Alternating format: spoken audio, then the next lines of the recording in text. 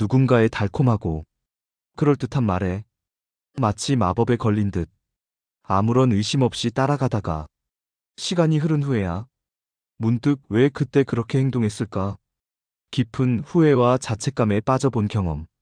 겉으로는 달콤하고 매력적인 말이었지만 직관적으로 마음 깊은 곳 어딘가에 설명할 수 없는 묘한 찜찜함과 불편함이 계속해서 남아있었던 그런 순간들. 우리 일상과 주변 환경에는 항상 표면적으로는 친절하고 상냥하게 다가오지만 그 이면에는 숨겨진 의도를 품고 있는 위험한 사람들이 존재하고 있습니다. 오늘은 특별히 우리 생활 속에서 만날 수 있는 4가지 부류의 심리적, 경제적으로 위험한 사람들의 특징과 패턴을 자세히 살펴보고 분석해 보려고 합니다. 이 중요한 정보와 신호를 알고 인지하게 된다면 여러분이 소중한 일상과 가족의 안전, 그리고 오랜 시간 준비해온 소중한 노후 자산까지 효과적으로 지켜낼 수 있을 것입니다. 첫 번째 유형. 달콤한 말로 다가오는 사람들. 이들은 마치 봄바람처럼 부드럽고 따스하게 우리 삶에 스며듭니다. 처음 만남에서 이런 말로 교묘하게 접근합니다. 선생님처럼 지적인 분이 집에만 계시면 세상이 손해보는 일이죠. 이런 특별한 모임은 선생님 같은 분께 딱 맞는 자리예요. 초반에는 절대로 돈이나 이익에 관한 이야기를 꺼내지 않습니다. 6개월, 때로는 1년 이상 인내심을 가지고 기다리며 마치 오랜 친구처럼 다가옵니다. 정성스럽게 칭찬을 건네고 안부를 물으며 때로는 직접 만든 음식이나 작은 선물까지 정성스럽게 챙겨주곤 합니다. 그리고 신뢰가 쌓인 어느 날 갑작스럽게 특별한 제안을 건넵니다. 이건 정말 특별해서 선생님께만 조용히 알려드리는 기회입니다. 바로 이 순간이 위험한 지점입니다. 여기서 반드시 멈추고 생각해 보셔야 합니다. 진정한 친구나 신뢰할 수 있는 사람이라면 특별히 당신만을 위한이라는 말로 교묘하게 유혹하지 않는다는 점을 기억하세요. 정말 좋은 정보나 기회라면 왜 굳이 나 한 사람에게만 비밀스럽게 알려야 할 이유가 있을까요? 대처법은 간단하지만 효과적입니다. 그 자리에서 즉각적으로 답변하지 마세요. 제안에 감사합니다만 신중하게 생각해보고 나중에 연락드리겠습니다.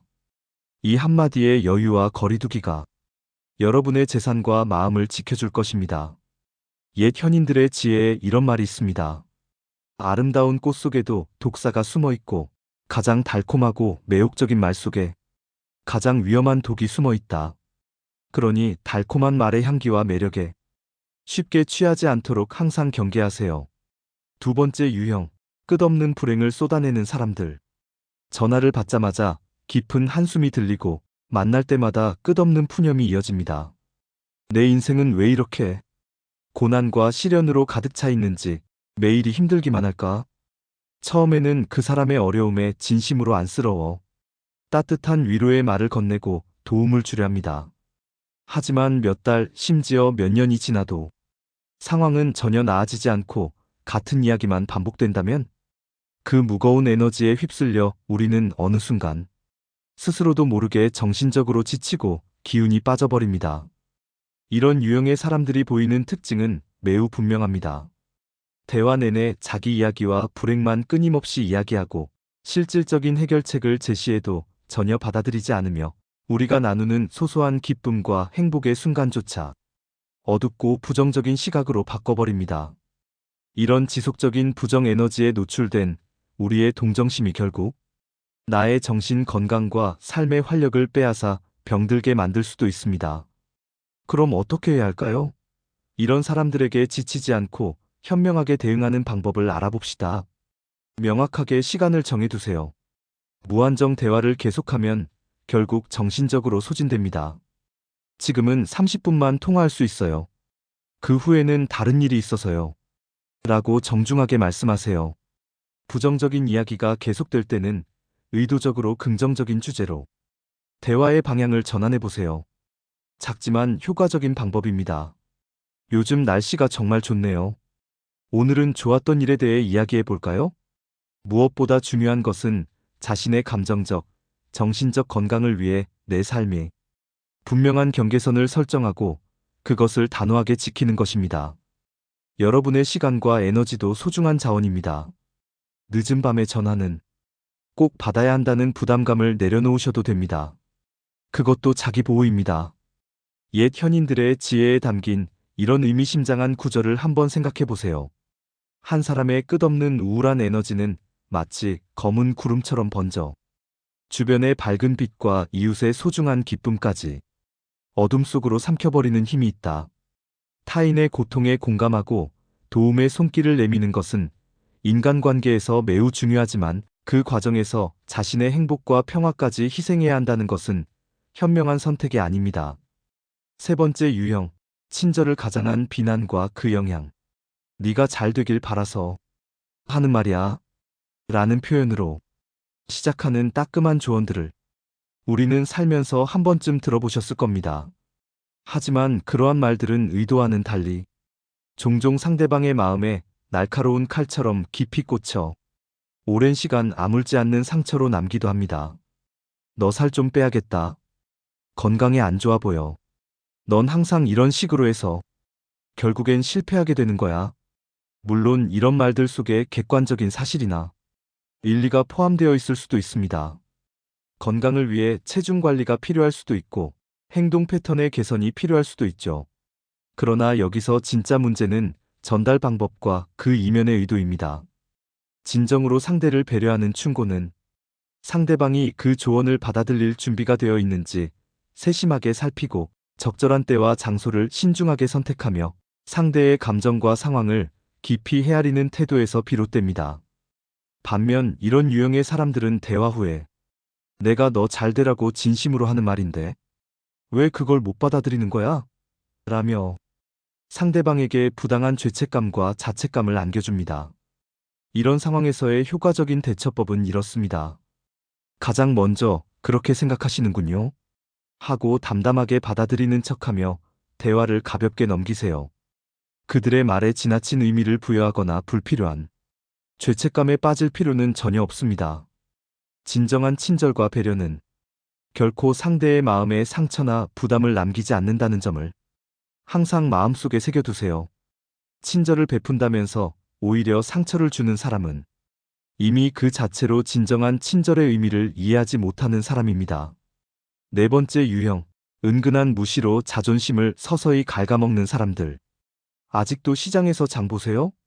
요즘은 다들 프리미엄 백화점 식품관이나 유기농 전문점에서 쇼핑하던데 우리 며느리는 아이 교육 때문에 미국 동부 명문학군으로 유학 보냈죠.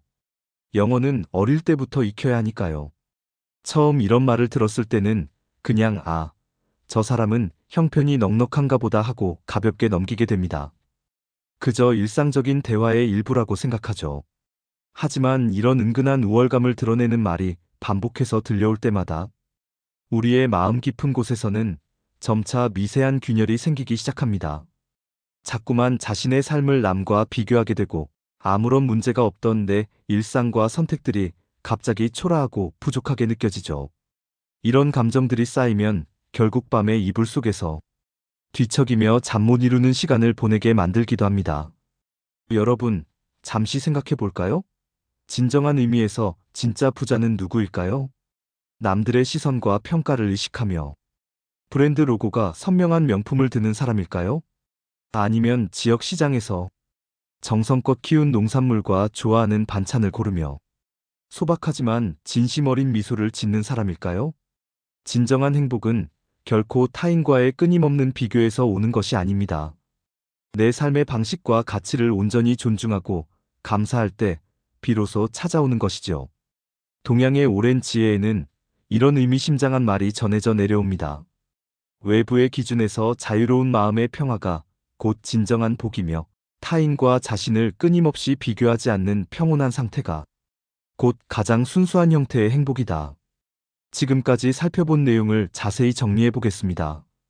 우리의 일상생활과 심리적 안정을 위협할 수 있는 네 부류의 위험한 사람들을 살펴보았습니다. 첫째, 처음에는 달콤하고 매혹적인 말로 접근하여 우리의 경계심을 무너뜨린 후 점차 자신들의 목적을 드러내는 사람. 둘째, 지속적으로 부정적인 이야기와 불행한 소식을 전하며 우리의 에너지를 빼앗고 정신적 피로감을 안겨주는 사람. 셋째, 겉으로는 친절과 배려를 가장하지만 실제로는 날카로운 비판과 판단으로 상대방에게 깊은 상처를 남기는 사람. 넷째, 은근히 자신의 우월함을 과시하며 우리의 자존감과 자신감을 서서히 갉아먹는 사람. 이런 유형의 사람들을 만났을 때 우리가 스스로를 보호하기 위해 반드시 기억해야 할 세 가지 중요한 원칙이 있습니다. 첫째, 상대방의 말에 즉흥적으로 반응하거나 충분한 숙고 없이 성급하게 대답하지 마세요. 하루 정도의 시간을 두고 생각해보는 것이 현명합니다. 둘째, 필요하다면 단호하게 거절할 수 있는 용기와 의지를 가지세요. 때로는 아니오라고 말하는 것이 자신을 지키는 가장 강력한 방어책이 됩니다. 셋째, 순간적인 감정이나 충동에 휘둘리지 말고 이성적인 판단력을 유지하며 상황을 객관적으로 바라보려고 노력하세요. 여러분 한 사람 한 사람의 삶은 이미 그 자체로 무한한 가치가 있으며 존중받아 마땅한 소중하고 아름다운 여정입니다. 타인의 무심한 말 한마디나 악의적인 평가에 쉽게 흔들리거나 자신의 가치를 의심할 필요가 전혀 없습니다. 오늘 나눈 이야기들을 항상 마음속 깊이 새기고 일상에서 마주치는 다양한 상황에 지혜롭게 대처하시길 진심으로 바랍니다. 또한 여러분이 경험하신 비슷한 상황이나 지혜로운 대처법이 있다면 댓글란에 편안한 마음으로 공유해 주시면 감사하겠습니다. 여러분 한 분 한 분의 소중한 경험과 통찰은 이 글을 읽는 다른 누군가에게 큰 위로와 용기를 줄 수 있는 값진 교훈이 될 것입니다. 긴 시간 동안 집중하여 이 글을 끝까지 읽어주신 여러분께 진심 어린 감사의 마음을 전합니다. 이제 남은 하루도 평온한 마음으로 보내시며 여러분 자신의 내면의 목소리에 귀 기울이는 의미 있는 시간 되시길 진심으로 바랍니다.